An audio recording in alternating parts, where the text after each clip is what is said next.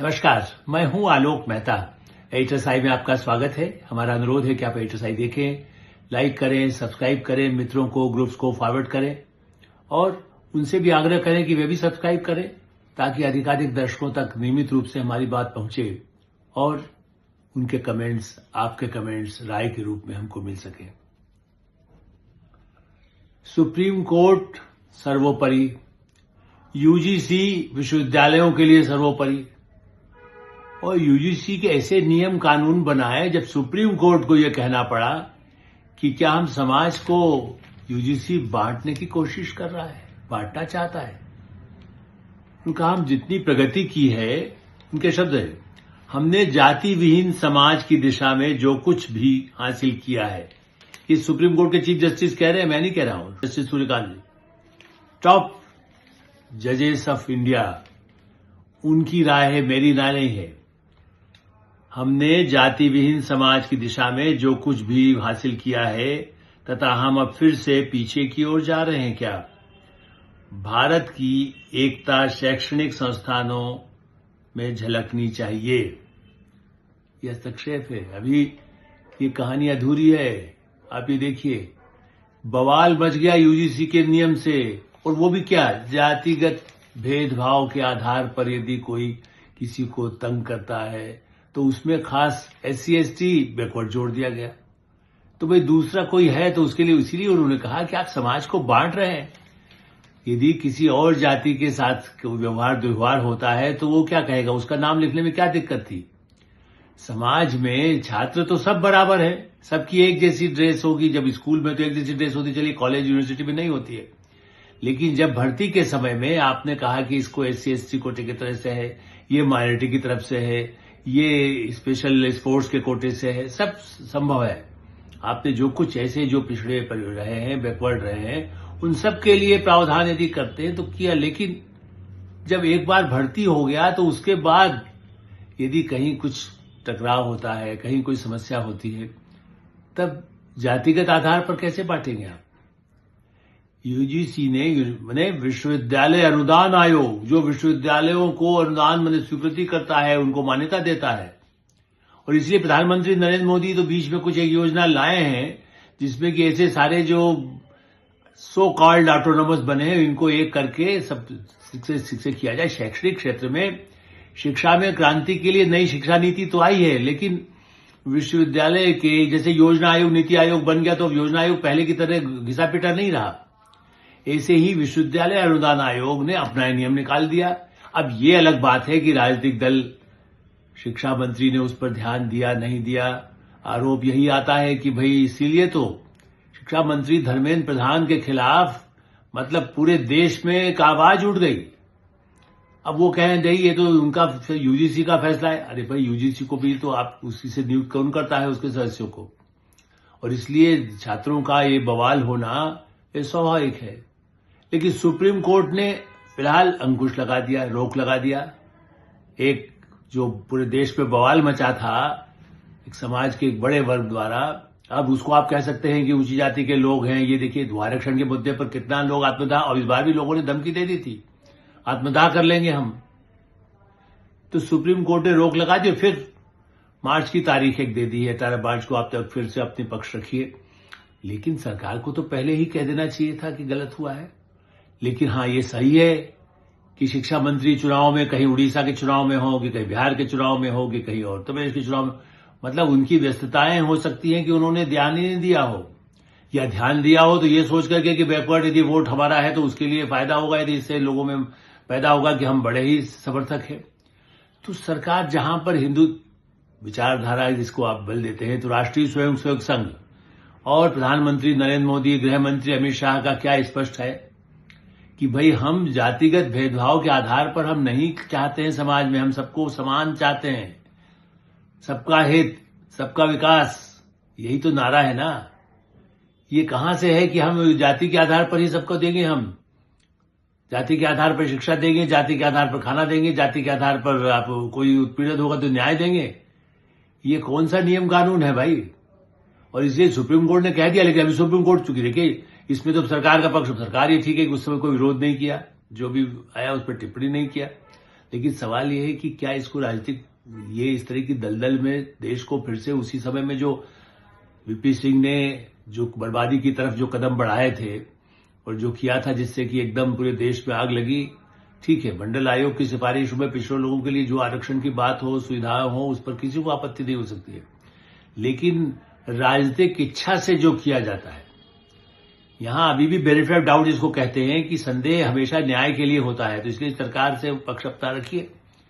इतना ही काफी है कि सरकार की तरफ से कोई अभी विरोध इसका इतना अधिक सुप्रीम कोर्ट में नहीं हुआ है, जो उनका आया कि सब इस पर रोक लगाई जाती है तो रुक गया। मेरा मानना है कि इन सब में देरी करने की, जैसे नुकसान हुआ किसानों वाले मुद्दे पर विड्रॉ किया गया, यहां तो विड्रॉ करना आवश्यक है ही, सुप्रीम कोर्ट के कहने पर है। जैसे सुप्रीम कोर्ट कहते मंदिर बन गया, वरना तो सालों तक लड़ रहा था 50 साल से जो कांग्रेस पर सरकार चाहती थी। तो ये भी कि इसमें पहले भी हम चर्चा कर, जो कांग्रेस के ही नेता जो कमेटियों में होते हैं वो कुछ ऐसा पेज डालते हैं जिससे कि सरकार एम्ब्रेसिंग हो, न पता चले तो ठीक है, हो जाएगा। अब ये बात है कि पल्ला झाड़ लिया दिग्विजय सिंह ने भी, वो कह दिया कि नहीं जी हमने नहीं किया है कुछ ऐसा। पहले उन पर आरोप आ रहा था कि उन्होंने इस कमेटी में इस तरह से प्रावधान कराया। तो मेरा ये मानना है कि इसमें राजनीति क्यों हो, विश्वविद्यालयों में राजनीति क्यों हो। विश्वविद्यालय छात्र राजनीति तो इतनी हद तक ठीक है कि विद्यार्थी परिषद के चुनाव हो, कि युवा संगठन के चुनाव हो, कि जो कांग्रेस उसमें, या छात्र संगठन जो कांग्रेस का है, national union students union, national students union उनकी है, एनएसयूआई है, चलिए ठीक है, उसकी अपनी हो सकती है वो भी। जबकि मैं मानता हूं कि विश्वविद्यालय में शिक्षा के क्षेत्र में और शिक्षा से जुड़े हुए छात्रों के साथ किसी तरह का भेदभाव नहीं होना चाहिए। मैं तो ये भी कहूंगा, जैसे जब भर्ती होती है, यही केवल विश्वविद्यालय की बातें नहीं है, एक पत्रकारिता के संस्थान में कुछ इंटरव्यू बोर्ड में जब एग्जाम के बाद, तो एग्जाम में भी लिया गया, उनमें से जो चुनिंदा छात्र हैं उनके लिए इंटरव्यू थे, उसमें वहीं पर काम करने वाले एक बड़े प्रमुख प्राध्यापक कहे, पुराने पत्रकार भी है रहे, और उन्होंने क्या पूछ लिया उससे, उसने फॉर्म के अंदर अपना, जैसे प्रावधान है सरकारी संस्थानों में खास करके, कि आप अपना, यदि आपको कुछ कोटे के तहत आना है तो अनुसूचित जाति जनजाति वगैरह उसका उल्लेख लिखिए। उन्होंने बुरा डांट करके, जो एक बच्चा आया हुआ था, मैंने ग्रेजुएशन के बाद ही आते हैं बच्चे तो पत्रकारिता के लिए, ऐसे कोर्स के लिए, उससे कहा कि अरे तुमने इसे स्पष्ट जाति क्यों नहीं लिखी। भाई अनुसूचित जाति के कोटे में भी कई जातियां हैं, उपजातियां हैं, उसने बालक ने नहीं लिखा होगा या छात्र ने, मतलब युवा ने नहीं लिखा, तो उसके जाति का नाम लेकर कहा। मैं उतना अधिक, मुझे दुख हुआ, गुस्सा भी आया। उसके बाद मैंने उससे सॉरी भी कहा कि भाई देखिए आप इस तरह की बातें मत पूछिए ना। उससे कहा कि नहीं ठीक है, आप जो ये चाहते हैं वो लिख देना चाहिए जहां यदि फॉर्म में जरूरत है। बाद में मैंने उस संस्थान में कई वर्षों तक इसीलिए उनके किसी इंटरव्यू बोर्ड में जाने से मना कर दिया।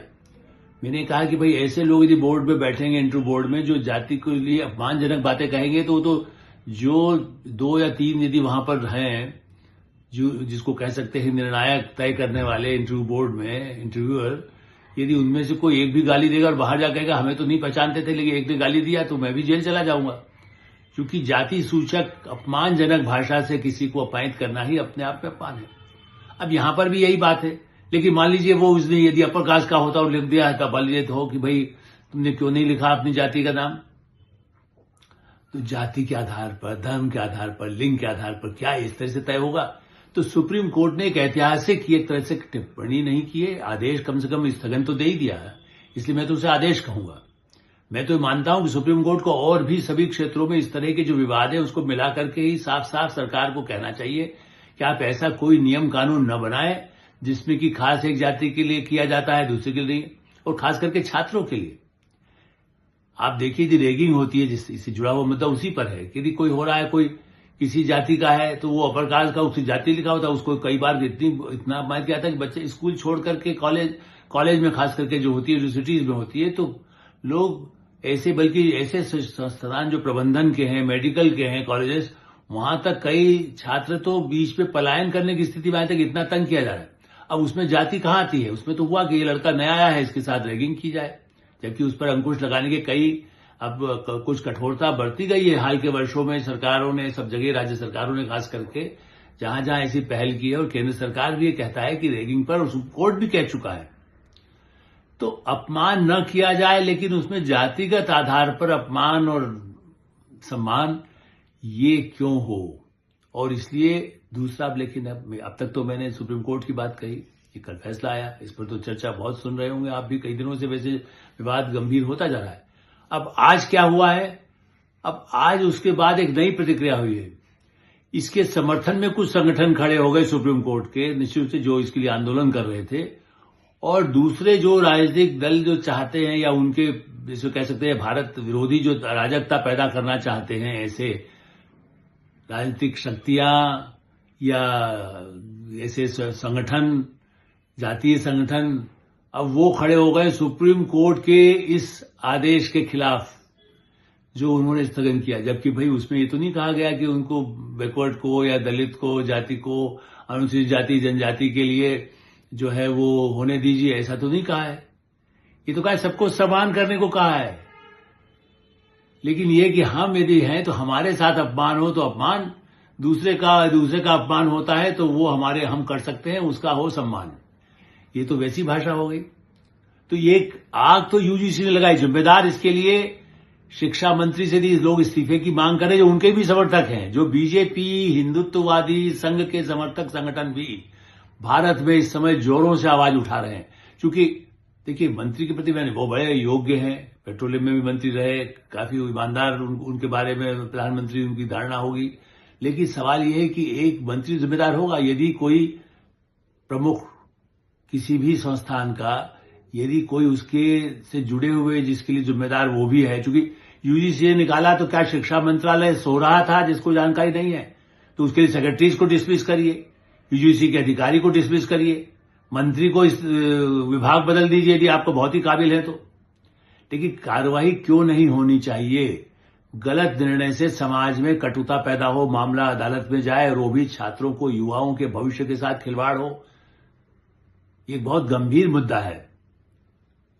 प्रधान बहुत काबिल हो सकते हैं, काबिल बड़े बड़े मंत्री देश के रहे हैं, उनका इस्तीफे हुए हैं, नैतिक आधार पर इस्तीफे हुए हैं। वीपी सिंह तो इसीलिए तो चुनाव हारे हैं, जो आग लगाई थी देश में, उसके बाद भविष्य खत्म हो गया उनका। 1.5 साल चली सरकार उनकी, वो ठीक है, और पार्टियों के साथ जो मतभेद है वो तो अपनी जगह थे ही, और कारण अलग जगह है, लेकिन आग लगाने का काम तो उन्होंने ही किया था। तो ऐसा जो भी समाज में, और वो भी राजनीतिक उद्देश्य से, सत्ता के लिए किया था। देखिए, यदि उनका समाज के प्रति, मैं जानता हूं ऐसे कितने ही नेता जो कांग्रेस के रहे हैं, ऊपर से वो कहते हैं कि हम अनुसूचित जाति जनजाति उनके खिलाफ है, वो सबसे अधिक जातिवादी, वो शिक्षा के लिए विदेशों में अपने बच्चों को पढ़ाएंगे, वो खुद उत्पीड़न करेंगे। भाई, मैंने तो ऐसे बड़े बड़े मुख्यमंत्री नेता देखे हैं जो उनके इलाके में यदि किसी को हैंडपंप लगा था तो उनकी ही जाति के लोग हैंडपंप उखाड़ दिया गरीबों दलितों के उसमें, और वो चुनाव जीते, वो राज्यपाल बने, मुख्यमंत्री बने। तो ऐसे जातिगत, कांग्रेस में ऐसे नेता मैंने देखे हैं। रिपोर्ट है, मैं उस समय मैंने नवा टाइम्स में भी लिखी है कि कैसे सिर फाड़ दिए गए कि साहब हमको हैंडपंप हम लगाया है। वो पार्टियां, और बीजेपी तो हमेशा इसकी कहती रही कि हम तो हिंदुओं के लिए करते हैं, तो हिंदू सभी है बीजेपी में। ये ठीक है, आप पिछड़ा आए उसमें, पिछड़ा कुछ बने, लेकिन देखिए पिछले वर्षों के दौरान प्रधानमंत्री ने, चाहे हरियाणा का मुख्यमंत्री हो, चाहे अभी बिहार में पार्टी के अध्यक्ष बनना था, या पहले पार्टी के अध्यक्ष बनना था, या किसी को मुख्यमंत्री बनाना है मध्य प्रदेश में, राजस्थान में, तो केवल जाति आधार पर नहीं किया। उत्तर प्रदेश में या जब फिर आरोप आते हैं, यदि ऐसी जाति का हो, यदि जातिगत व्यवहार यदि करेगा, लोगों के साथ भेदभाव करेगा, यदि ऐसे अधिकारियों की नियुक्ति होगी, किसी भी प्रदेश में होगी, बीजेपी में हो, कांग्रेस में हो, समाजवादी में हो, तब भी आपत्ति तो उठती ही है। और इस दृष्टि से यूजीसी का जो शर्मनाक और बेहुदा फैसला जिसको लिए सुप्रीम कोर्ट ने फटकार लगाई है, ये सुप्रीम कोर्ट का फैसला इस समय भी है और बाद में भी इसे लागू किया जाए, यही उम्मीद की जाती है। एडिटर साहिब में विराम देते हैं। आप एडिटर साहिब देखते रहें, लाइक करें, सब्सक्राइब करें, मित्रों को, ग्रुप्स को फॉरवर्ड करें, और आपकी कोई राय हो तो अवश्य अवगत कराएं। धन्यवाद, नमस्कार।